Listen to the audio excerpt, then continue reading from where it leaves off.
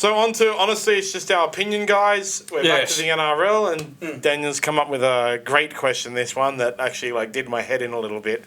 You want to... Yeah, so, John, I think what we'll do is we're going to have a look at the coach. Given that he's about to start his reign as Titans coach, I thought I'd do a question. Let's have the Des Hasler debate. Is he a master coach or myth? And so I think, John, what we'll do is we'll start off with the case for him being a master coach. We'll start with that. So I'm happy to kick off here, John. So Hasler's only missed the finals 4 times in his coaching career, reaching the finals 14 times. Didn't coach in 2018 or 2023. Hasler coached teams, Manly and the Bulldogs, reached the finals in 12 straight seasons between 2005 and 2016. He coached Manly to premierships in 2008 and 2011. Coached teams to grand finals in 2007, losing to a cheating team that year, John, we should point out. 2012 and 2014, both of those at the Bulldogs. A total of 5 grand finals. Coached the Bulldogs to 2 grand finals in his first 3 seasons at the club. That's very impressive, John, to have that impact on a club right from the start. And also coached the Bulldogs to 5 straight finals appearances in his first 5 seasons there, between 2012 and 2016. The only year he missed the 8 at the Bulldogs was 2017, and that was his last year, and he was gone. Coached Manly to 7 consecutive finals appearances between 2005 and 2011. The only year he missed the 8 in his first stint at Manly was in 2004, his first season as a coach. This is another good one, John. Hasler coached teams appeared in 5 grand finals in just 8 seasons between 2007 and 2014. Is there anything that you want to add for Hasler being a master case for him being a master coach?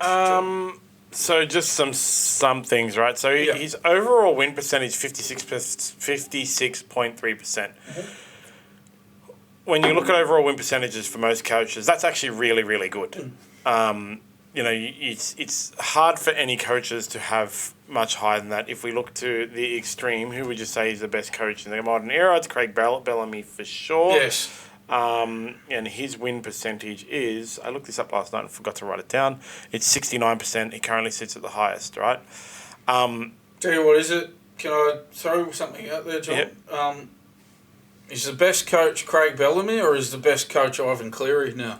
Because Bellamy had 2 premierships stripped. Anyway, that's maybe a debate. Maybe that's a debate for another day, John. Yeah, I think okay, so you can use Ivan Cleary as an example. His win percentage is 56%. Okay? Just quickly on that, to get the final word on that, I'd say it's Bellamy because he's had a better long-term record over Ivan Cleary. Maybe that's another one of these debates we could have. He also sat with 59% win rate with the Dogs, and it was kind of a bit weird when he was let go. Just because he missed the finals and then he was let go, right, with the Dogs. Oh, Hasler, made 5 straight finals appearances between 12 and 16, missed in 17, was sacked. Yeah. Even though he maintained a 59% win rate with the Dogs, which is higher than his overall. He had 56.1% win rate with Manly. And again, his sacking was strange. Which we'll get to, is he a myth? The reasons for his sackings are good. As I said, he's only missed the finals 4 times in 18 years, right? And then he did those finals with teams that were not the best in the league, actually, if you look at the teams that he had. That's the other point to make, John.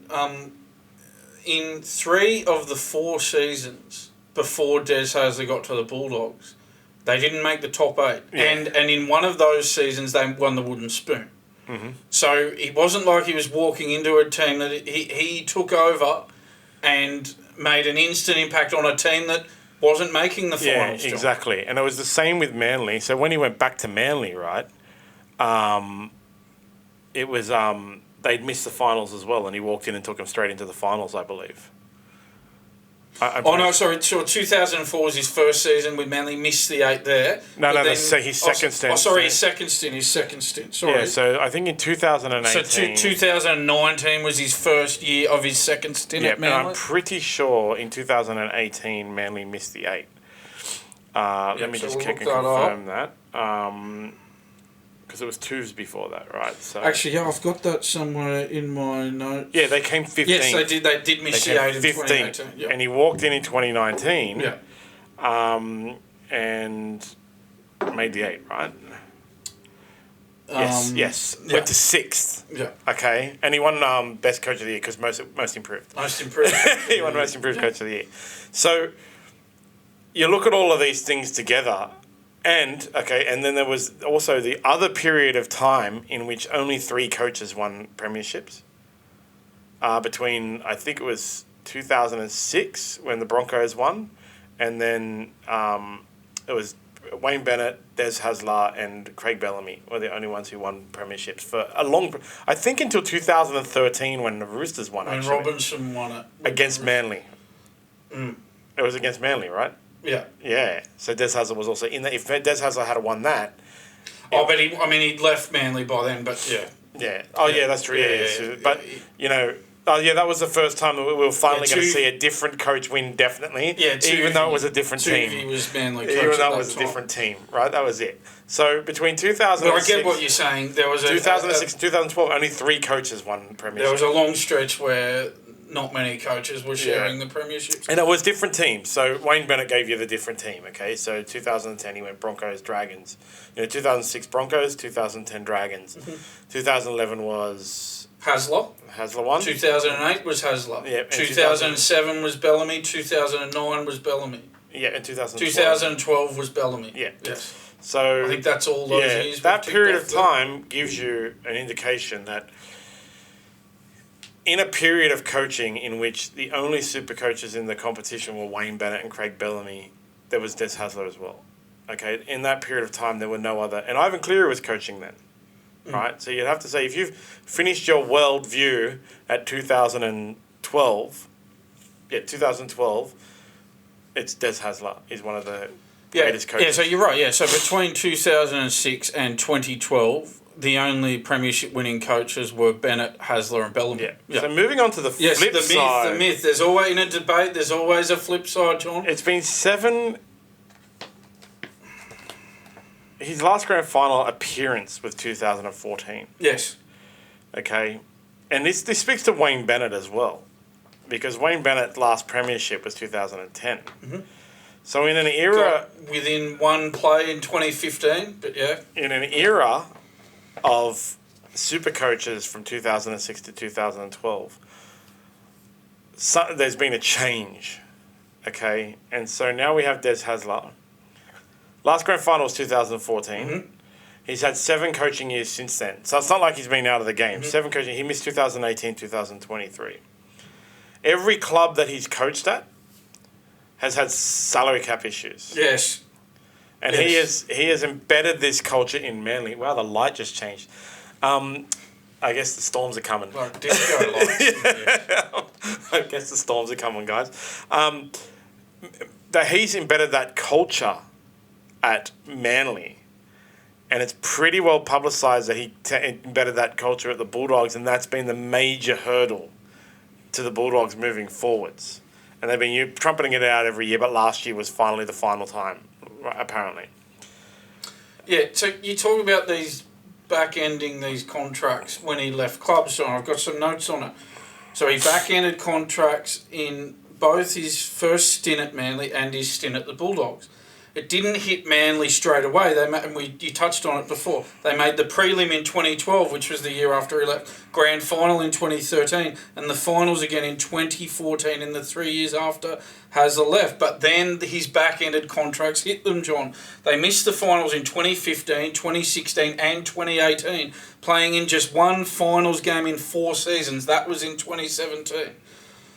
The back-ended contracts have had a devastating effect on the Bulldogs, John. They haven't reached the final since 2016 when Hasler was at the club.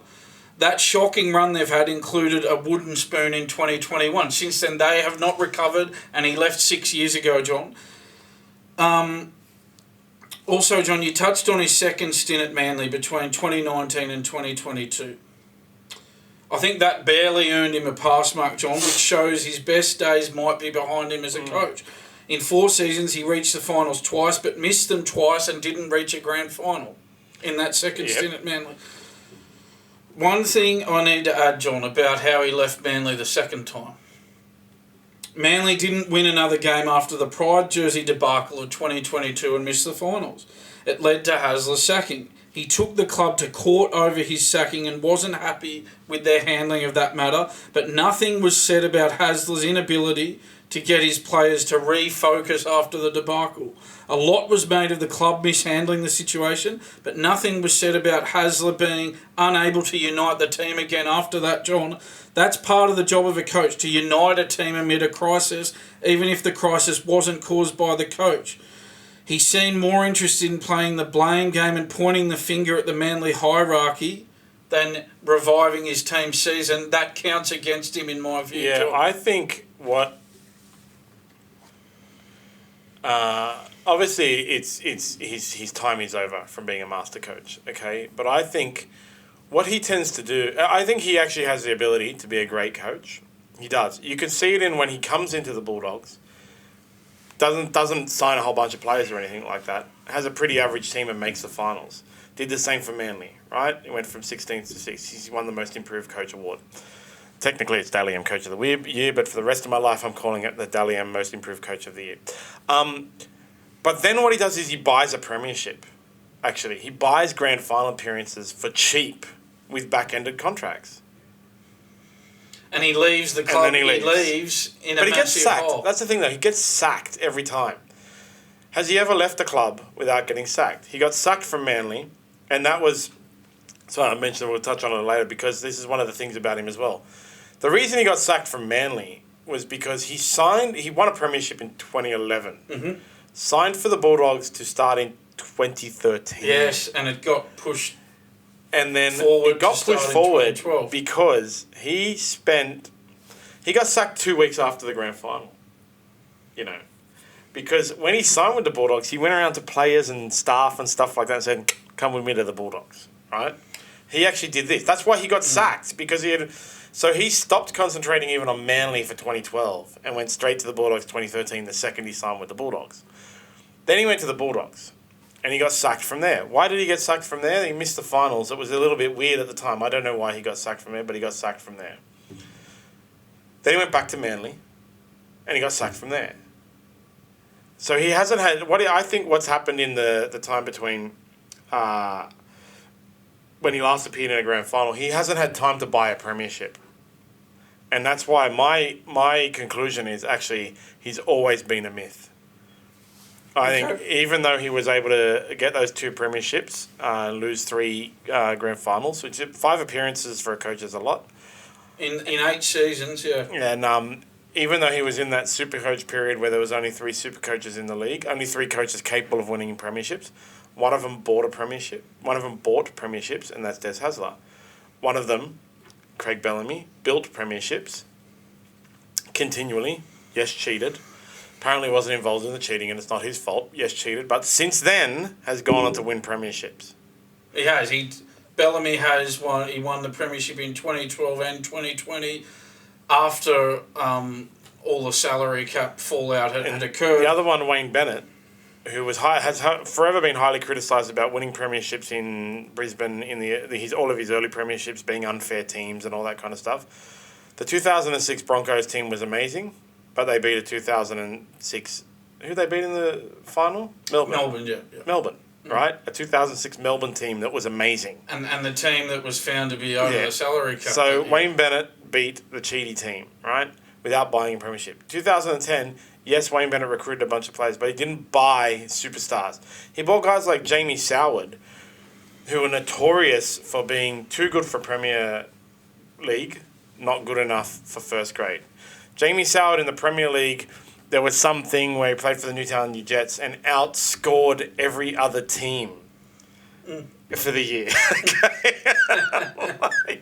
Something weird like that. Went to first grade and got dropped 55 times. Okay, but Wayne Bennett made him good enough. He brought guys like... So what Wayne Bennett can do that made him a super coach is... He was able to buy players strategically, like I talked about earlier. Nathan Feen for a specific purpose to fix Jamie Soward. Wendell Saylor was there. He didn't get to win a premiership, But he came there to make sure Jamie Soward didn't go into his shell. They built a team around Wayne. Jamie Soward won a premiership on the back of tactics. But Des Hasler buys premierships. He buys players that shouldn't be able to play for him because he buys them on such cheap amounts by giving them back-ended contracts where they go from, like Anthony Watmough, I think, was a massive one. It was something like he was on $300,000 a year. And then after Desi left, he was on $800,000 a year. Yeah. I mean, John, you talk about how he abruptly left Manly after that 2011 premiership, and it came as a shock to everybody, and he joined the Bulldogs a year earlier than he was supposed to in 2012. But maybe that's why, John, that it didn't hit Manly straight away, because he'd planned for the few years after, because he thought he was still going to be there. Certainly for at least one of the years. So, as we said, it didn't hit Manly straight away. They still had very good sides in 12, 13 and 14. It was 2015 when it really hit them. Yeah. The other point to make on what you said before about why was he sacked from the Bulldogs, it's true, he only missed the finals once in 2017 and then he went. But I think a main problem with it wasn't... They obviously made that grand final in 2014 and lost to South. But it was the way they were playing in 15 and 16, John. Like they just looked. You couldn't believe that they made the finals in those 2 years. The way they just looked terrible. They were such a clunky side, and you could see that they were just getting progressively worse in 15 and 16, and then 17 when they've actually missed the 8 after those 2 years of not playing well, but somehow still making the finals in 15 and 16. The Bulldogs just pulled the trigger and went, righto, this is only going one way. So I know looking at that on the surface, it looks like, oh, geez, they acted pretty quickly on him, but we should point out that they didn't look good the way they were playing for 3 years before they got rid of him. So we should point that out, John, even though, the Bulldogs have been a basket case since he left. But in summary, John, I guess any debate has to have a concluding statement, right? Yeah. So I would say, and I don't want to be seen as being a fence sitter, John, but I would say that I think that his record indicates that he was a Mastercoach. Was is the key word, but his recent stint at Manly indicates that he's done, and I wouldn't have signed him as Titans coach. I think he's done. I don't think I would have given him another gig. That having been said, John, I put a big caveat on that. In that we still have Ricky Stewart, who has a coaching gig, and he has not won a premiership for 21 years.